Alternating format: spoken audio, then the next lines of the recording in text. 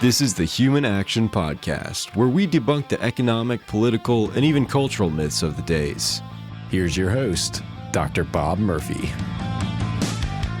Dr. Pollock, welcome to the Human Action Podcast. Thank you. It's really great to be with you this morning. Yeah, and we recently were in each other's company and saw presentations from the other at the Mises Supporters Summit down there in Delray Beach, so that was fun to see you there.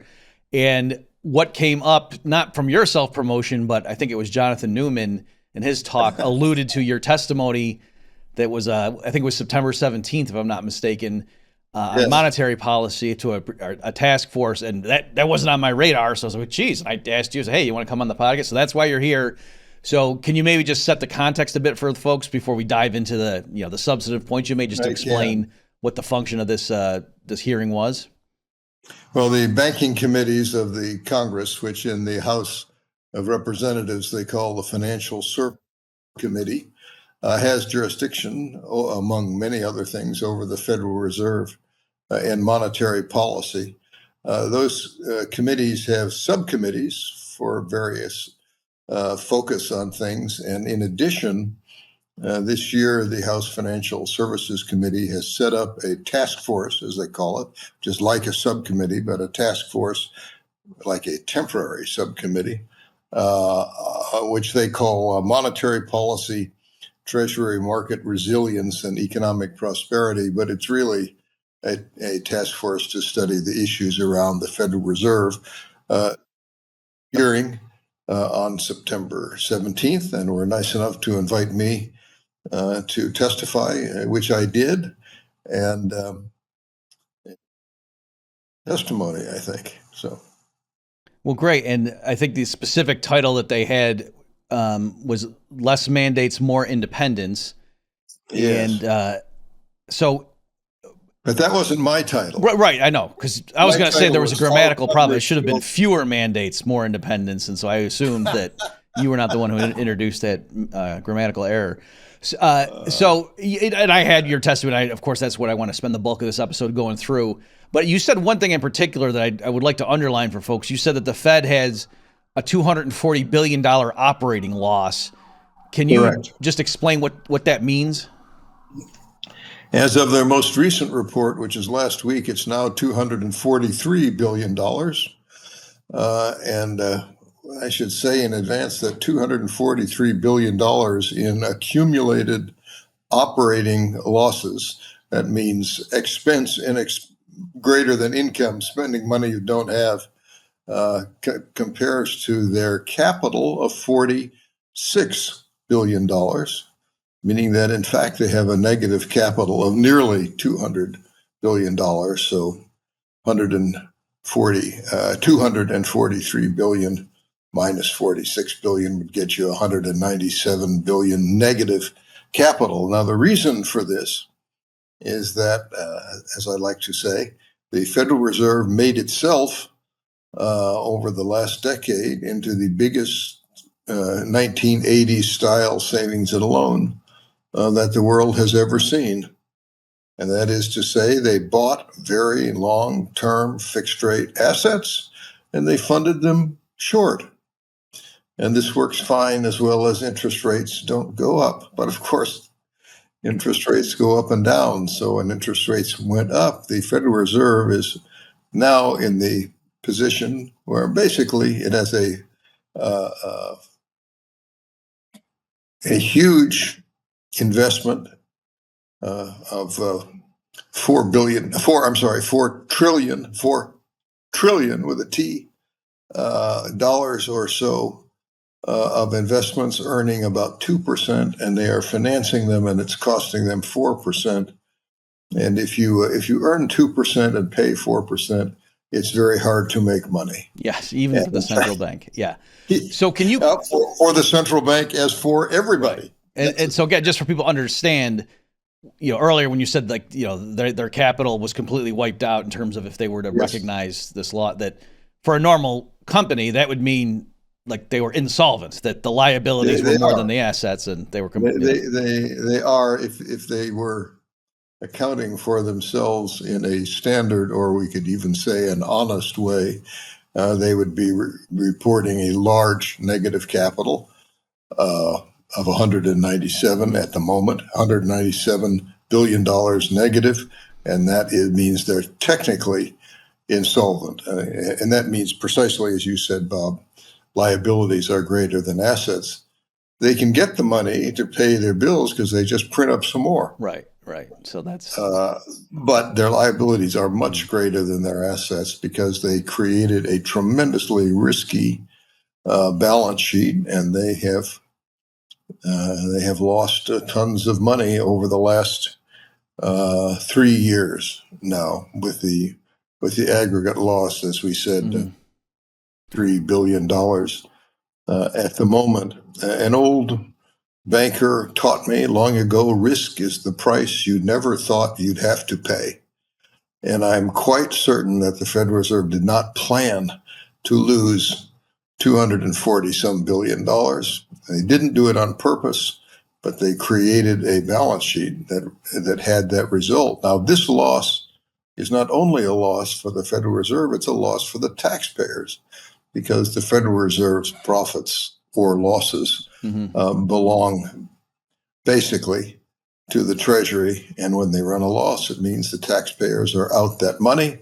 And it also means the national debt, which, as we all know, is reaching stratospheric levels, is that much bigger because of the Federal Reserve's losses. So what I tried to get the Congress to focus on, among other things, in this testimony, was that the Federal Reserve's finances are part of the overall government's finances. And when they lose vast amounts of money, it's a cost to the taxpayers.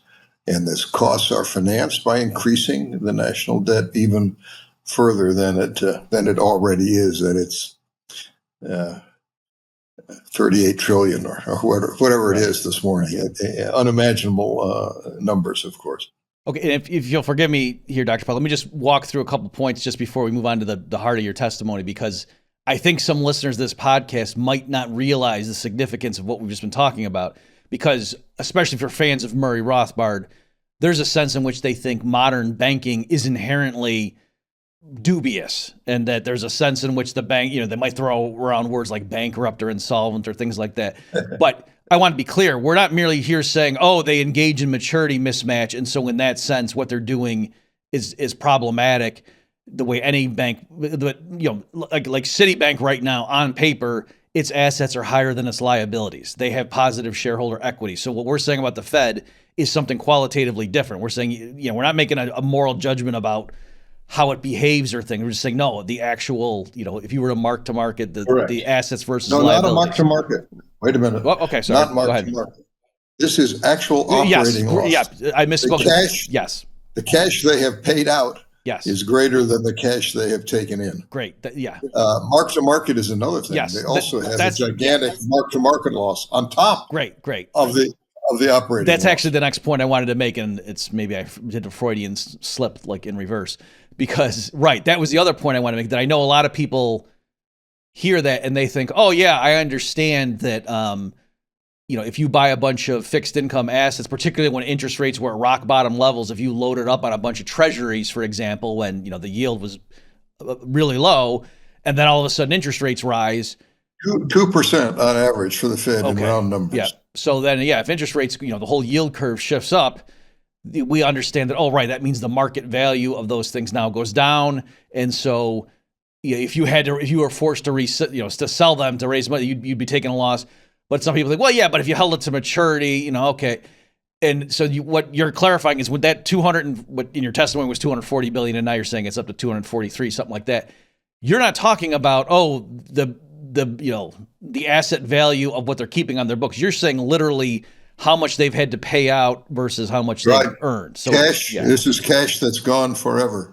On top of that, there is a gigantic mark-to-market loss. Let me just pick up. I've got it right here.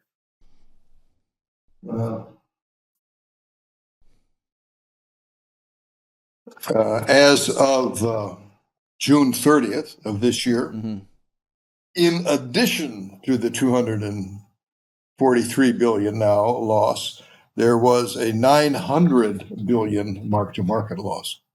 Right. Okay. So in round numbers, they're down about $1 trillion in market value terms. A trillion. Yes. Okay. Great. So that's what we're talking about. And just the last point, in case people are like, well, what are the Fed's expenses? It's things like paying interest on reserves, right? That's right. an example of like why the Fed has to pay money to people just to keep their operations going. It's not just like for the lights.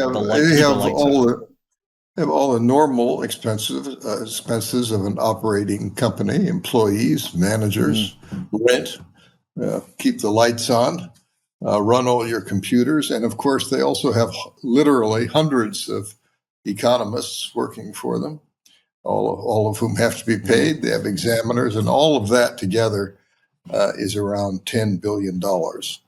But the big number is paying interest on their deposits, which was a big change approved by the Congress in 2008 with no idea what it would lead to. But that's where they now, just like a bank, you have the income on your investments minus the interest that you pay for your deposits, and that is now a vast negative number. Okay.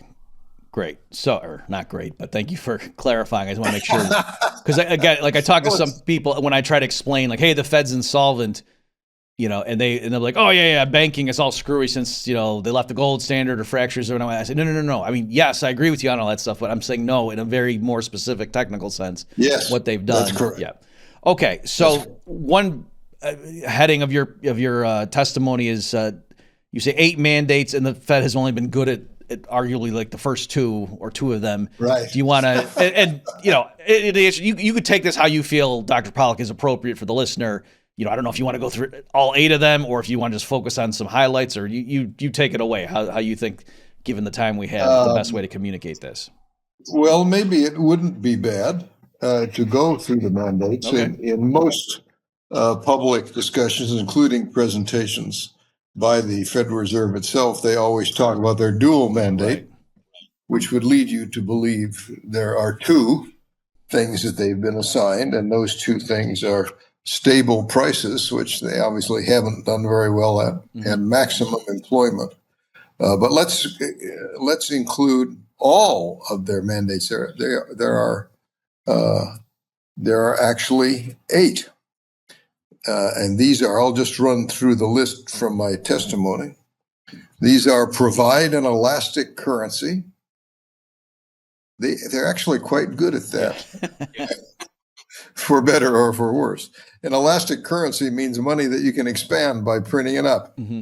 That is assigned to them as their first duty by the original and continuing Federal Reserve Act of 1913. A second mandate is to finance the government. Every central bank's real responsibility is, importantly, to finance the government of which they're a part. If you're a government and you want to keep spending, but your spending is more than your income, that is to say, you're running a deficit, and the market isn't too hot on buying your debt, what do? You go to the central bank and say, listen, you need to buy our bonds, and the central bank prints up some money and uses it to buy the government's bonds, and the debt of the government goes onto the balance sheet of another part of the government, namely the central bank. Now, this is essential to understanding central banks, that this is what they do, among other things, but a key thing is to finance the government. So far, we've got an elastic currency and financing the government. Those are the 2 things that the Fed can definitely do and do well. Now, the results may not be that good, but those duties they can definitely perform.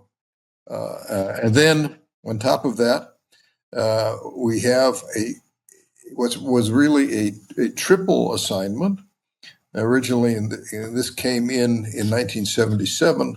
In the Federal Reserve Reform Act of 1977 said they have to promote stable prices, maximum employment, and moderate long-term interest rates. So there are three more duties: stable prices, maximum employment, moderate long-term interest rates. Their next duty is to regulate and create financial stability in the financial system. They are set up to make money for the government. A major business of every government is making money from issuing currency, and that goes on through the Fed. And the Fed should be making, if it simply issued currency and then used that that funding. That's funding when you issue money that costs you zero, just the relatively minor expense of printing up. We're here really talking about dollar bills and $100 bills and $5 bills. In the market, you automatically make a lot of money, and that's another of their mandates. They have another assignment, this one from the Dodd-Frank Act of 2010, which is to pay for the Consumer Financial Protection Bureau out of the Fed's profits. All right, so I'll go through these quickly, and then you can come back to any one you want. We talked about expanding, having a flexible currency, and that they can do, and that is actually quite handy in times of crisis. And that was their real raison d'etre when they were set up in 1913 to be able to finance a crisis. But what's happened, of course, is they use the elastic currency all the time, and the result is an endemic inflation to the point that the Fed has formally committed itself to perpetual inflation. That is to say, prices always rising, never falling, only going up. So even when we say inflation is down, doesn't mean prices are down. It means the rate at which prices are rising is less than it was before, but the prices are still rising. So I think we can safely say the Fed has failed its stable prices mandate. Maximum employment. We have periods of rising and falling employment. I don't think the Fed actually has a lot to do with that in the long run. That's driven by innovation, productivity, and having efficient, enterprising markets. Moderate long-term interest rates, well, they flunked that one. We have had both extremely high and manipulated excessively low long-term interest rates, including in the most recent decade, pushing mortgage rates. The Fed also made itself into a huge investor in mortgages, which, in my view, they never should be. Created a housing boom, and by their long-term interest rate manipulation, created the unaffordability of houses, which is now on everyone's tongue. A good bit of that is due to the Fed. So I think we can flunk them on moderate long-term interest rates. Regulate for financial stability. Well, we have with the Fed regular financial crises and collapses, so we can't really do that. Probably nobody can do that. But the Fed certainly can't. They're supposed to make money for the government, but as we said, they're currently losing vast amounts of money, and they're supposed to pay for the Consumer Financial Protection Bureau out of their profits, but they have no profits. Now, of course, other things are going on, cutting the Consumer Financial Protection Bureau. But that was put into the Dodd-Frank Act as a scheme to prevent future Congresses from exercising the power of the purse over this darling of the Democratic strategy at that time, which was the Consumer Financial Protection Bureau, and in a quite unhealthy way, I would say, they said, "Well, we'll finance it out of the Fed, so the Congress doesn't get to appropriate their expenses, so they won't be able to cut their expenses." But they got fooled because they assumed the Fed always would have profits. Anyway, so we should just get rid of that. So that's the 8 mandates, 2 of which the Fed can demonstrably do, and 6 of which they either fail at or have a very questionable time about. So just if we could circle back, because you gave great commentary on those, but the stable price one, I always found amusing about like the Orwellian nature. And when you elaborated on it, you hit the point I wanted to, but I don't know if this is on your radar, but I've seen people refer to, Excel and the natural or the neutral rate of interest, from a historical economist, and that he provides some fodder for modern people, including influenced Ludwig von Mises and his theories. But I saw recent by recent I mean the last 5 to 10 years, there was a renewed interest in him, and people were talking about, what's the neutral rate right now? And so if you go and read his stuff, he defined it as the rate that where prices neither rise nor fall. Because he was saying, in other words, if the rate of interest is too high, then you're going to have deflation, and if it's too low, you're going to have inflation. And so he meant, a neutral rate means consumer prices stay the same year after year. And then that's somehow the Fed economists, citing him and talking about implications for today, they somehow translated that into, right, so that means today if the Fed targets and hits the neutral rate, you're going to have a stable, like CPI rising at 2% a year. And so it was like, right. Where are you getting? No, stable prices doesn't mean they rise predictably. So they've taken it to the first derivative. It's stable as long as you can correctly predict pretty well how much inflation we're going to have, as opposed to zero. You are exactly right. The Fed rhetorically did something very clever. They took stable prices, which is the phrase in the Federal Reserve Act, and said, well, we're going to talk about price stability, not stable. It's too obvious what stable prices mean. Mm-hmm. So we'll talk about price stability, and then we'll define price stability as a constant inflation. It's sort of a rhetorical trick. Right. So one of the things that I suggested in the testimony is, well, what does stable prices in its natural sense mean? And as you just suggested in your comments, Bob, it probably means an average rate of inflation of zero.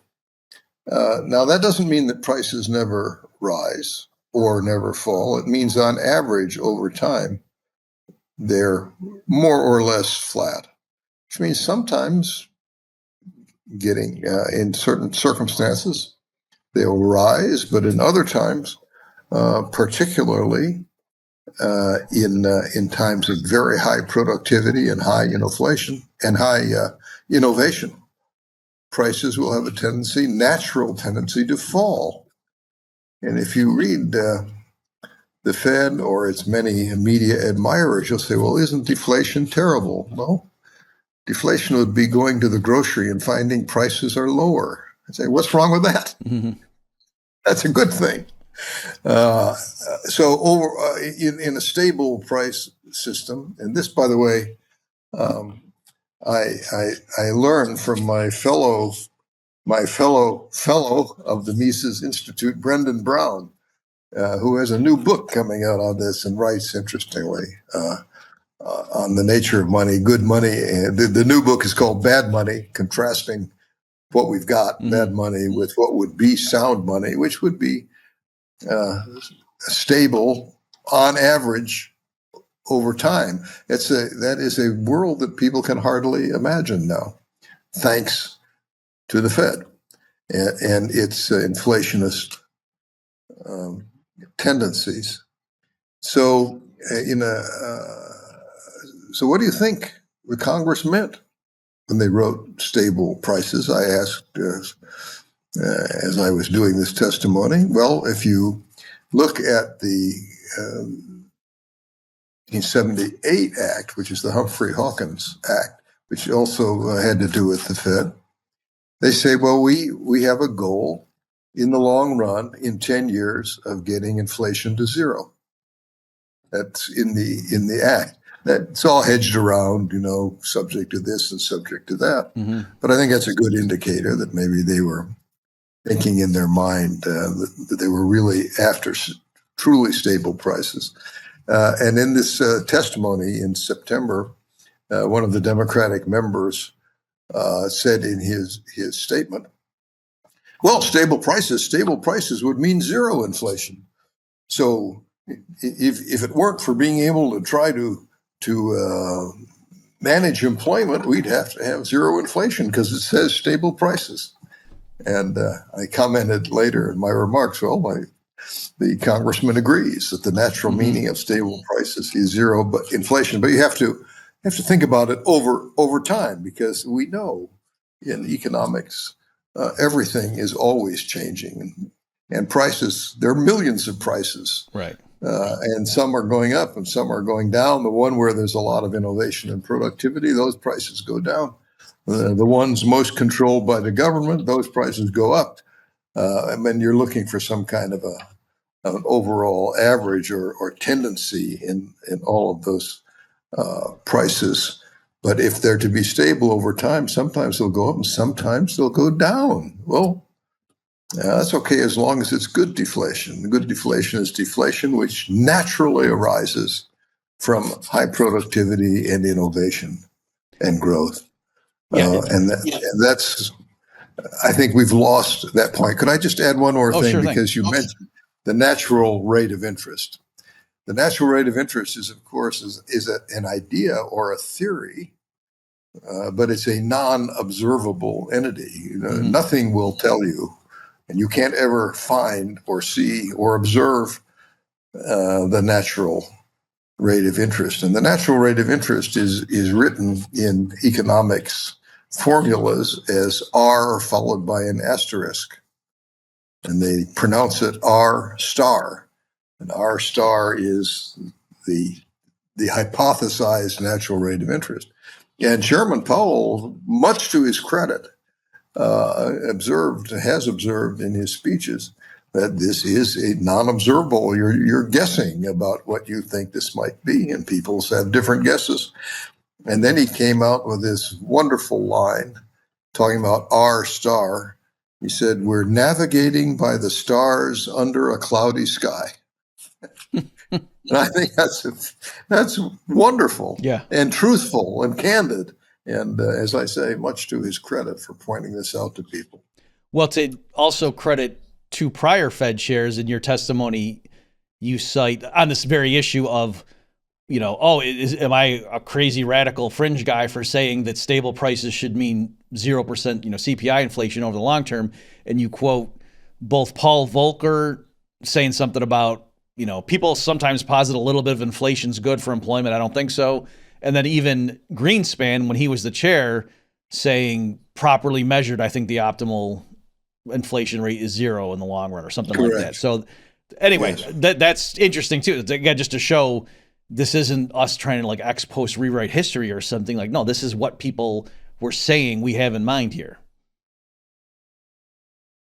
Yes, and it's very good to think carefully about these things, as in all things, and not accept whatever the current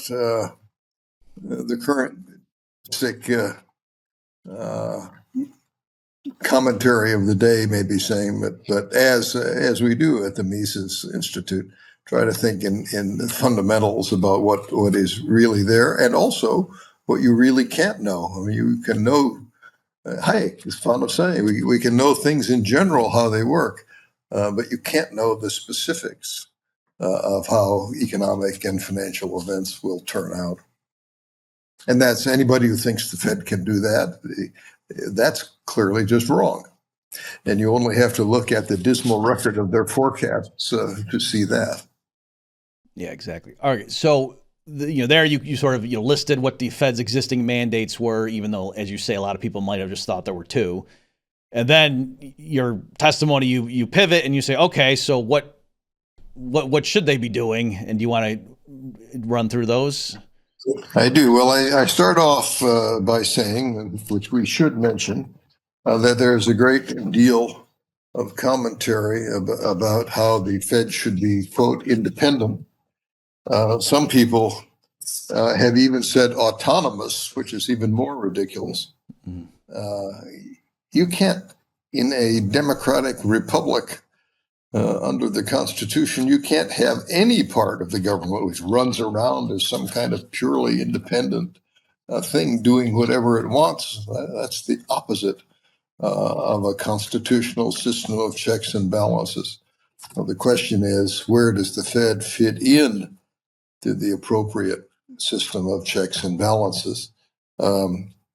It fits in as being accountable to the elected representatives of the people.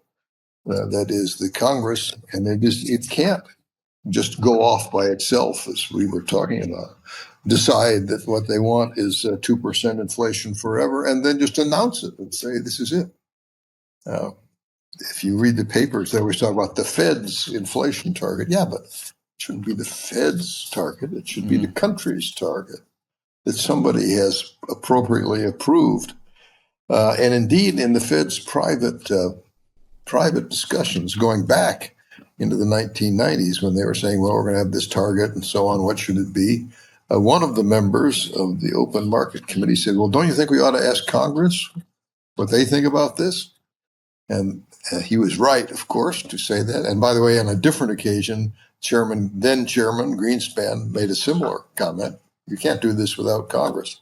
But they just ignored that, and they charged ahead, acting as if they were some kind of autonomous power, which they cannot be under our constitutional system. So there are two things that are here important, I think, on the constitutional part. The money power is given to the Congress by the Constitution to coin money. Well, those were the days, coining money. But to coin money and regulate the value thereof. Well, regulate the value thereof is a constitutional responsibility and a power, but also a responsibility of the Congress. Mm-hmm. The other power that's relevant is the taxing power. And this is really important, I think, understood by the Mises Institute, but maybe few other people, that inflation is simply a tax. By inflating prices, the Federal Reserve takes purchasing power away from the people and gives it to the government. That's a tax. Mm-hmm. So Congress is also supposed to oversee, not only has the power to tax, but should be overseeing taxation. And the Fed is actually a taxing body through inflation. I think that's a really important fundamental concept. So if you wanted, as we've talked about the name of this hearing, but the title of my own testimony was How Congress Should Oversee the Federal Reserve's Mandates, all 8 of them. Mm-hmm. And I did suggest in the end a list of things I thought the Congress could do now to improve the accountability of the Fed and to improve the functioning of the financial and economic system. Shall I just run through these? Yeah, sure. Okay, I will. These are one. We call this a sound money mandate. I believe that the Congress should write into the Federal Reserve Act the following principle, that the most fundamental responsibility of the Federal Reserve is to furnish a sound currency whose stability the people can and should rely on and do rely on, because it actually is sound and stable. And I think it would be very good to write that in through the act, which they could do, at least in theory, they could do, and they should do it. Secondly, the Congress ought to make it clear to the Fed that if you're setting a so-called inflation target, that takes our approval. Mm-hmm. That's not something you go off and do by yourself and just announce to the world, we've decided. Well, who are you? You are a part of the government, subject to checks and balances, notably of the Congress. And if you did have an inflation target, it might not have one. You might just have a commitment to sound money. But you could say, well, that means inflation is between 0 and 2%, as one example, not 2%. Between 0 and 2. Mm-hmm. That was the original. New Zealand, by the way, is the is the country that is the father of all inflation targeting. That was their original inflation target. Between 0 and 2, you could have, like the Swiss central bank does, less than 2%. In other words, it could be 0, less than 2%. Right. And the Swiss generate a pretty sound currency, relatively speaking, relative to the dollar. You could have stable prices, a long run rate of 0. That would be what I recommend, which maybe varies over time between -1% and +2%, but averages out to 0. Well, the Fed could come back and try to talk to Congress and do 2% forever, but whatever it should be, Congress ought to make it clear this takes approval of the elected representatives. Right. Third, Congress should strictly oversee the Fed's finances. We talked about that. I have never seen, now maybe it's happened, but I am unaware of it if it did, a serious oversight of the Fed's finances, of their balance sheet and their profit and loss statement and their capital by the Congress. And the Congress ought to be aware of this for all the reasons we talked about a minute ago.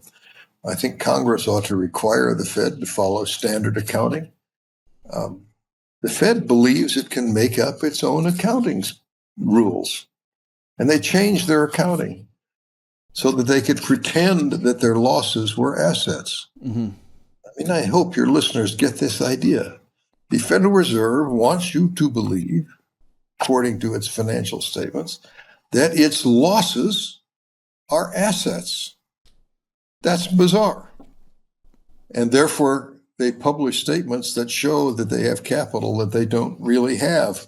The leading central bank in the world is setting a terrible example in that way. And I think that Congress ought to make them report according to standard accounting. And then you get the reality, and then you can decide what you want to do about it. The next point is I think the Fed should get out of mortgages. To have the central bank owning mortgage securities, which they did as part of the emergency reactions following 2008 in the crisis. Chairman Bernanke went up to the Congress, testified, and promised this would be temporary. Well, now let's see. This is 2025. They started in 2008, so it's been going on 17 years, not too temporary. Yeah. And they ought to get out of manipulating and distorting the mortgage market. It's not appropriate for a central bank, in my judgment. The next thing I suggested was the Congress should take up recapitalizing the Fed.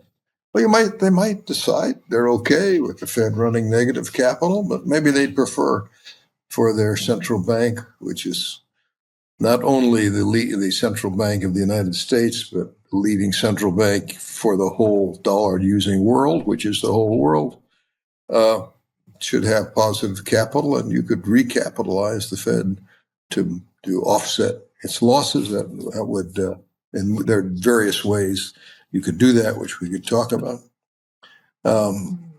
As part of that, you wouldn't let the Fed pay dividends to its stockholders when the Fed has has negative retained earnings and negative earnings. Nobody gets to pay dividends if you have no profit and no retained earnings. That would be a point. Now, we ought to mention, as we pass here, who owns the stock of the Federal Reserve? It's the member banks, right? The member banks, the private banks. The stock of the Federal Reserve is all owned by private banks who are the members, not by the government, not by the Treasury.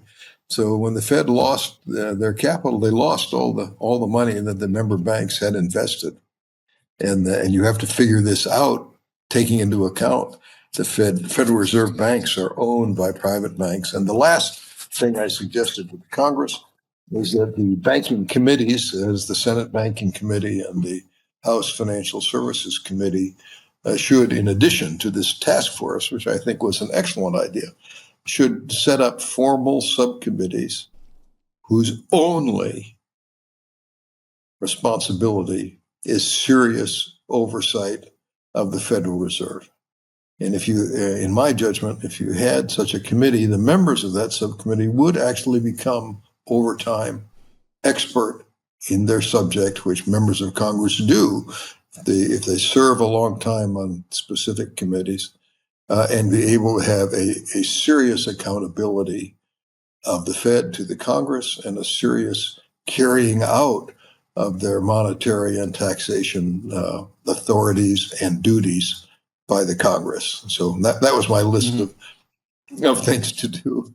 Well, great. Just to touch on the accounting chicanery that you mentioned there, I mean, I read it on Zero Hedge or something, but I forget what year it was. But back when they made the actual change, like this was during like when they were doing the rounds of QE, and I'm going to pat myself on the back. You know, some things I got wrong, but that one I got right, and I said, this is a weird thing, because what they, for the folks at home, they made some, and it was a very innocuous thing, like in the footnotes of some, and it was like some random bloggers, financial spotted it, and then it just kept working up its way, and then Zero Hedge broke, and then I, said it here in from my perch at Mises.org or whatever. You were right. It was 2011. Okay, 2000, great. And they did, it was put out, well, here's this little accounting change. And what it, like the way I, like in layman's terms, it was like, normally, with the business, if they have a loss, then, when the dust settles, like, oh yeah, your assets are lower than you thought. And then if, so then when you do, so that means like my assets minus my liabilities, which is the shareholders' equity, that would go down. And oops, if it's negative, that means you're insolvent.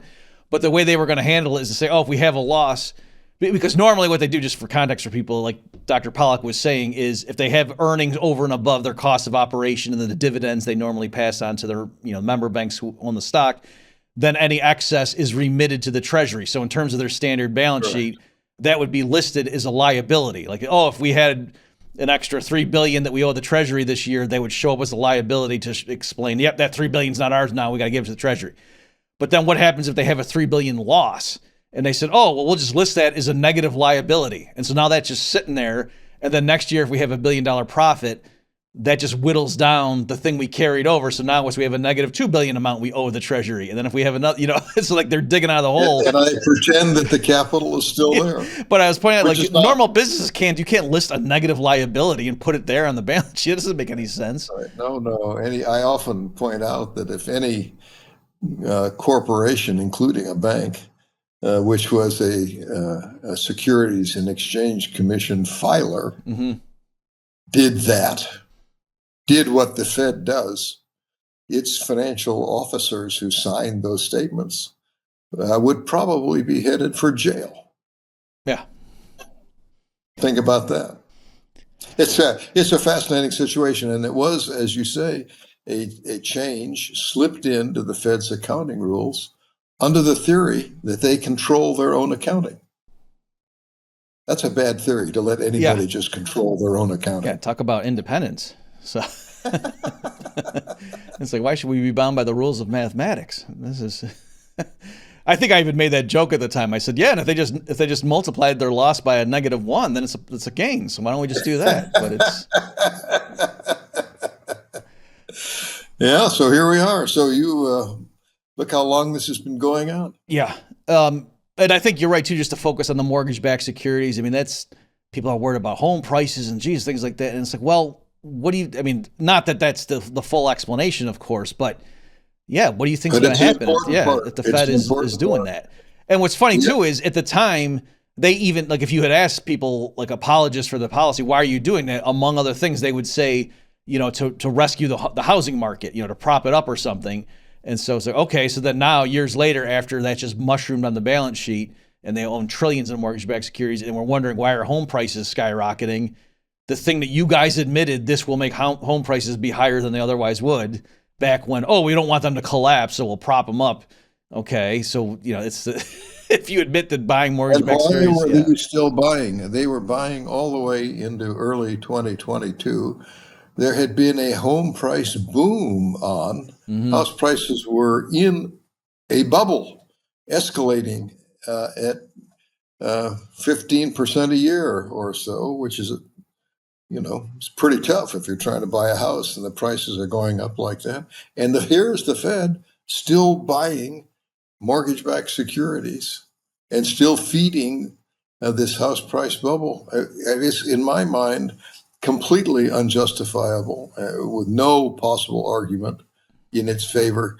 As they kept it up over time. I mean, so there you go. Now they can get out. They own the Fed still owns more than $2 trillion in mortgage-backed securities, and these are primarily 30-year fixed rate mortgages, and they're all funded short with money that prices on an overnight basis. This is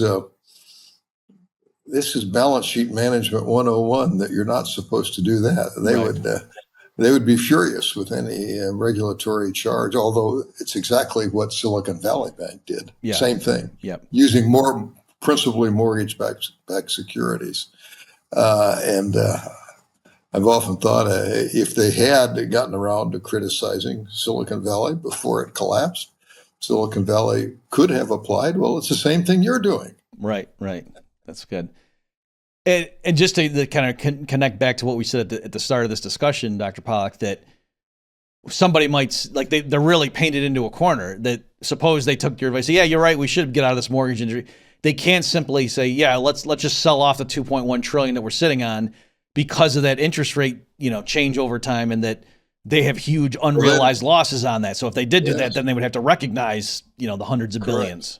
All those unrealized paper losses would become actual cash losses if they sold. They have another problem, which is the position is so big and such a big part of the market that they couldn't sell without crashing the prices in the market. So the losses, if they tried to get out of very much of that position, they would drive down prices against themselves. So they're stuck, but what they could commit to, they could get an order from the Congress. That's it. You just run these off now and take as a principle going forward that you're not there to try to manipulate the housing market. Okay. Last point, one question I had for you is, you said in your testimony, and then you've said here too, that you don't think that they thought they were going to end up in this position when they were like doing these things that at least ex post looks like it was pretty reckless. And so I'm wondering though, how could they, like, again, not that I'm Nostradamus or something, but I was going through this stuff like for years at Mises.org, because I had a weekly column back then, and I was just going through, or maybe it was monthly, I'm getting mixed up now. But anyway, and I was doing it because a lot of the defenders were coming back and saying, well, no, if they got into a tough spot, they could just raise the interest on reserves. And then I was saying, yeah, but if interest rates have moved and blah, blah, blah, and there's, and the dollars, like, and price inflation becomes unacceptably high, that's just going to fuel the problem if they increase, you know what I mean? And it was just like amazing to me that people weren't, it wasn't that I was guaranteeing this was going to happen, but I'm saying now they're open to this. And so I'm just, again, it's surprising to me that, well, some guy writing for Mises.org saw this possibility, like they just literally didn't think of it, or it was like, so what, we got to bail out our buddies. They knew the chance was there. In my opinion, I wasn't sitting in the room with them, but in my opinion, they thought it was unlikely that interest rates on the short end would go high enough to cause these losses.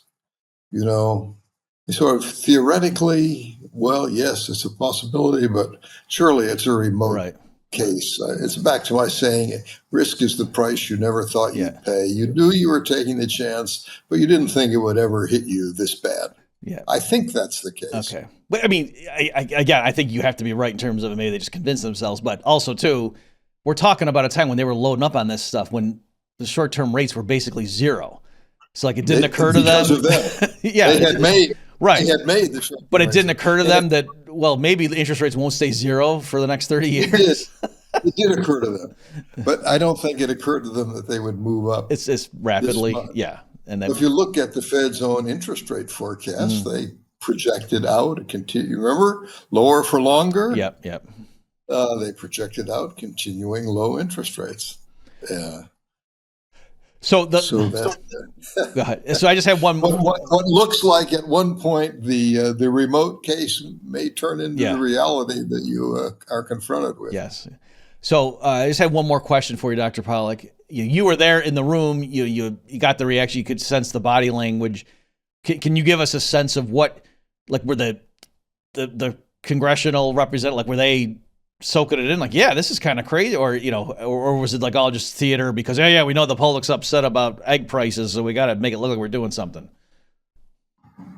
Well, of course, every member of Congress is an individual with different ideas and goals and partisan commitment. So you really can't talk in general. I think was a serious hearing about the ideas, but as always, a long way from having a hearing to having something actually enacted and done.